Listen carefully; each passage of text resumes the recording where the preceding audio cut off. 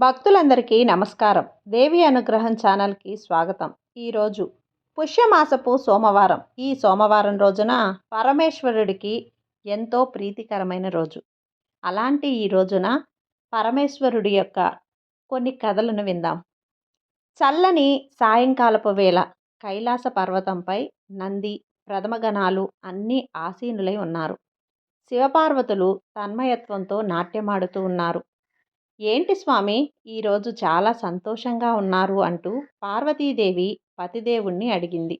ఏమీ లేదు దేవి, నీవు చాలా దిగులుగా కనిపిస్తున్నావు. నీ దిగులు పోగొట్టాలనే చిన్న ప్రయత్నం అంటూ మధురంగా నవ్వాడు. ఆ నవ్వును చూసి మైమరిచి చూస్తూ ఉండిపోయింది పార్వతీదేవి. నీవు సామాన్య మానవులలాగా ఓ తల్లిలా ఆలోచిస్తున్నావు అనిపించింది అన్నాడు. అందుకే అందులో నుండి బయటకు తీసుకురావటం కోసం ఈ ప్రయత్నం చేస్తున్నాను అని చెప్పాడు. నా దిగులంతా మన సుపుత్రుల గురించే కదా స్వామి, ఇంకే మరేముంటుంది చెప్పు. గణాధిపతి అయిన మన గణనాయకుడు కళ్యాణం చేసుకొని తన కర్తవ్యాన్ని సక్రమంగా నిర్వహిస్తున్నాడు. మన మానసపుత్రుడు కార్తికేయుని వివాహమే నన్ను కలవరపెడుతోంది. కళ్యాణం అవుతుందా అని ఆందోళనగా ఉంది. చిన్నవాడు చురుకైనవాడు. చాలా గారాబం చేశాం. ఆ గారాబమే షణ్ముఖునికి కోపం అధికమైంది. పెళ్లి చేసుకోను అని ఇంటి పట్ట లేకుండా తిరుగుతున్నాడు. ముక్కుతాడు వేస్తే గాని దారిలోకి రాడేమో అనిపిస్తుంది అని బాధపడింది. ఎందుకు దేవి బాధ? ఎవరైనాను కర్మానుసారం విధిని అందరూ అనుభవించవలసిందే కదా అని సాలోచనగా పలికాడు. అయినా పెళ్లి చేయాలని అనుకుంటున్నప్పుడు చేస్తే సరిపోతుంది కదా, దానికి ఇంతగా ఆలోచన ఎందుకు దేవి అన్నాడు. ఎవరు పిల్లని ఇస్తారు అని అంటుంది. అదేంటి దేవి, అయిన సంబంధం ఉందగా, వేరేదే చూడటం ఎందుకు అన్నాడు. అయిన సంబంధమా అంటూ దేవి ఆలోచనలో పడింది. అవును, మేనకోడలు వల్లీరాణి ఉందిగా అన్నాడు. మనకు ఇస్తారా అని మనసులో అనుకుంటుంది. ఆలోచనలు పసికట్టిన వాడై, ఏంటి దేవి, ఏం ఆలోచిస్తున్నావు? మా వదిన ఒప్పుకుంటుందా? అది జరిగే పని కాదు అంది. మీ అన్నను కలిసి అడుగు. మీ అన్న ఒప్పుకుంటే ఎంత దూరం పోతుంది మీ వదిన అన్నాడు. సరే, ఒక మాట అడిగి చూద్దామని అనుకున్నారు. మంచి రోజు చూసి వైకుంఠానికి వెళ్ళింది పార్వతీదేవి. విష్ణుమూర్తి పాదాలు ఒత్తుతూ ఉన్న లక్ష్మీదేవి అంత దూరం నుండి పార్వతీదేవి రావటం గమనించిన లక్ష్మీదేవి మూతి తిప్పుకుంటూ రుసరుసలాడుతూ లోపలికి వెళ్ళింది.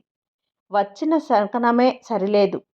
ఇక పిల్లని అడిగితే ఏం గొడవ జరుగుతుందో అని వచ్చిన పని పక్కన పెట్టి అన్నచెంత చేరి కుశల ప్రశ్నలు వేసి సరదాగా కాసేపు గడిపి తిరుగు ప్రయాణం అవుతుంది పార్వతీదేవి. ఏదో ఎసరు పెట్టడానికే వచ్చింది.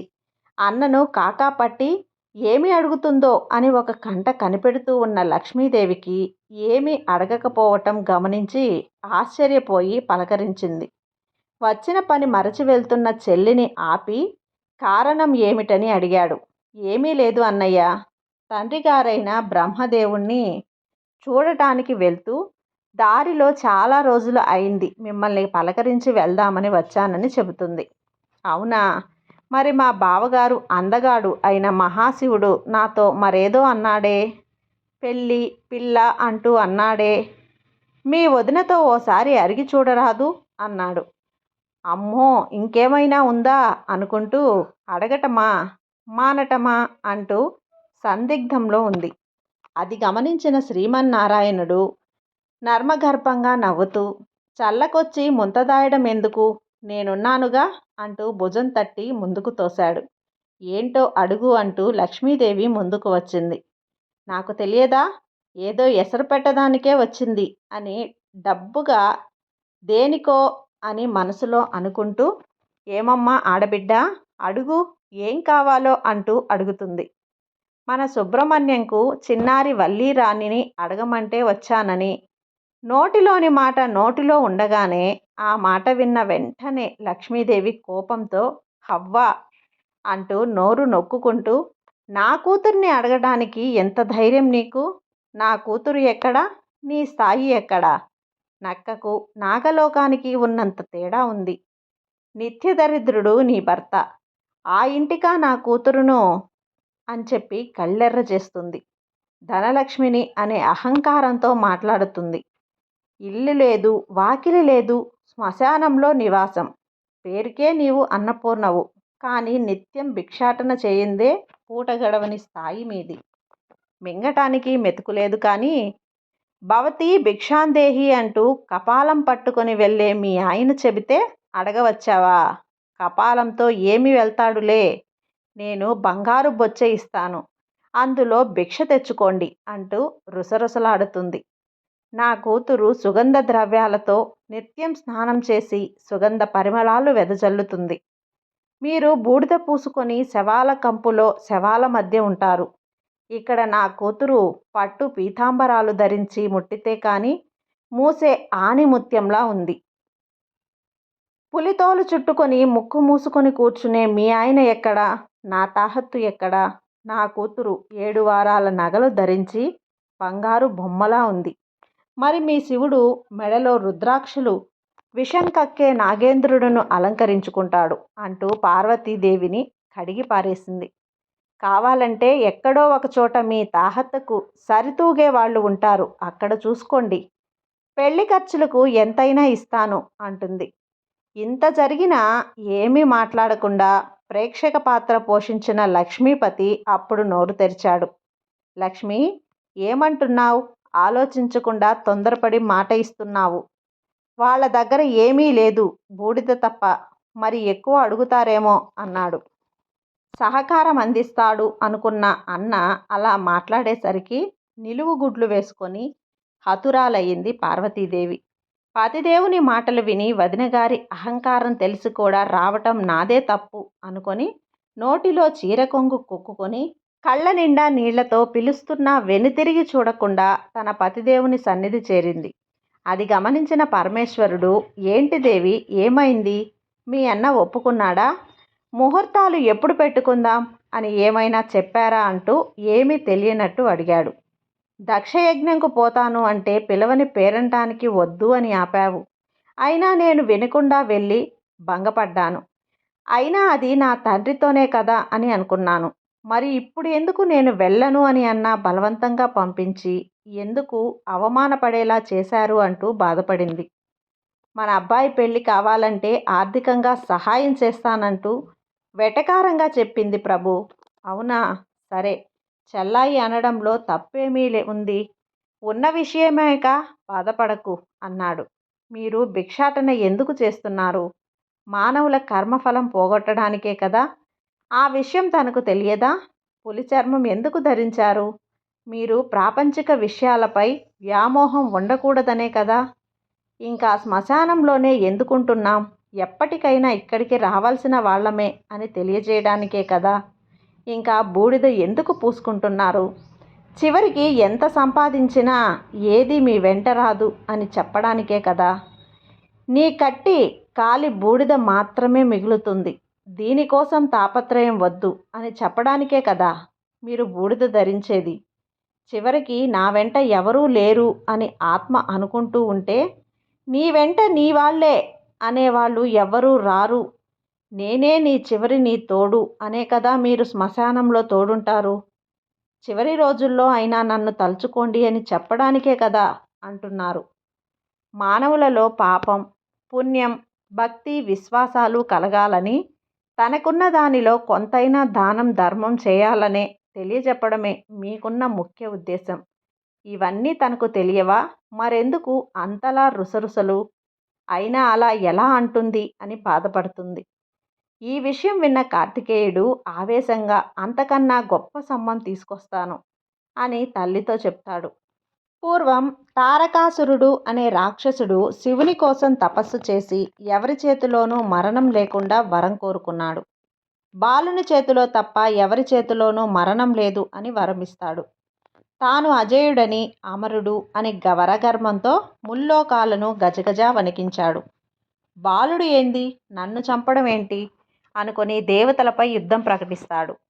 ఇతని అరాచకాలు రోజురోజుకు పెరిగిపోతున్నాయి. మునులను తపస్సు కూడా ఆచరించడం లేదు, తపజపాలు జరగకుండా అడ్డుకుంటున్నాడని అందరూ విష్ణుమూర్తి దగ్గరకు వెళ్ళి మొరపెట్టుకున్నారు. అప్పుడు విష్ణుమూర్తి మనోనేత్రంతో తిలకించి వరమిచ్చిన మహాదేవుని పుత్రుని చేతిలో అతని అంతం ఉంటుంది అని చెప్పి మీరు అక్కడి నుంచి వెళ్ళండి అని పంపించాడు. అందరూ కైలాస పర్వతంకు చేరుకొని శివునిని వేడుకున్నారు. శివుడు కర్తవ్యం తెలిపి షణ్ముఖుడును తోడుగా పంపించాడు. మహామహులే ఏమీ చేయలేకపోయారు. ఇంద్రుడే ఏమీ చేయలేక ఎక్కడో దాక్కున్నాడు. ముక్కు పచ్చలారని పిల్లాడు తనను ఏం చేయగలడు అనుకుంటూనే అంతా దైవేక్ష అంటూ షణ్ముఖుడు తోడు రాగా వెళ్ళాడు. షణ్ముఖుడు 6 రోజుల పాటు భీకరంగా యుద్ధం చేసి తారకాసురుణ్ణి సంహరించాడు. లోకాలని దేవతల్ని కాపాడి అందరి మన్ననలను పొందాడు. దేవసేనాధిపతిగా నియమించిన దేవేంద్రుడు తన కూతురు దేవసేనను ఇచ్చి వివాహం సంకల్పించాడు. తారకాసురుడిపై యుద్ధానికి వెళ్ళి తారకాసుర సంహారం చేసి అందరికీ సంతోషాన్ని ప్రశాంతతను అందించాడు. ఇంతటి వీరుడు నా పుత్రుడు అని లోలోన ఎంతో సంతోషపడుతుంది పార్వతీదేవి. ఒకరోజు పరమేశ్వరుడు పార్వతీదేవితో మన సుబ్రహ్మణ్యంకు పెళ్లి కుదిరితే లక్ష్మీదేవి పెళ్లి ఖర్చులకు ఆర్థిక సహాయం చేస్తాను అంది కదా, వెళ్ళి అడిగి రమ్మంటాడు. వెళ్దామా వద్దా అంటూ ఆలోచిస్తూ ఎంత అడగాలో అది కూడా తమరే సెలవీయండి అంటుంది పార్వతీదేవి. ఈ రుద్రాక్ష తూకం ధనం ఇప్పించుకొని రమ్మంటాడు పరమేశ్వరుడు. వెళ్ళమన్నాడు అంటే అందులో ఏదో పరమార్థం ఉందని వెళ్తుంది. వైకుంఠం వెళ్ళిన పార్వతీదేవిని చూసి పెళ్లి పిలుపులకు వచ్చావా వదినా అంటూ వ్యంగ్యంగా పలకరిస్తుంది. వస్తున్న కోపాన్ని ఆపుకుంటూ విషయం చెబుతుంది. ఓహో, అయితే ఆర్థిక సహాయం కోసం వచ్చావా అంటూ వత్తి పలుకుతూ చెప్పానుగా మాట తప్పను అని, ఎంత కావాలంటే అంత అడుగు అంటూ కనుబొమ్మ ఎగరేస్తూ అడిగింది. రుద్రాక్ష బరువు అడిగితే ఏమనుకుంటుందో, తనను ఇంకెంత చిన్న చూపు చూస్తుందో అని మనసులో అనుకుంటూ ఉంటుంది. అది గ్రహించిన విష్ణుమూర్తి హామీ ఇచ్చిందిగా, దిగులు ఎందుకు, బావగారు ఏం చెప్పారో అది అప్పచెప్పమన్నారు అన్న ఆంతర్యం గ్రహించిన పార్వతీదేవి తన వెంట తెచ్చిన రుద్రాక్షను చూపించింది.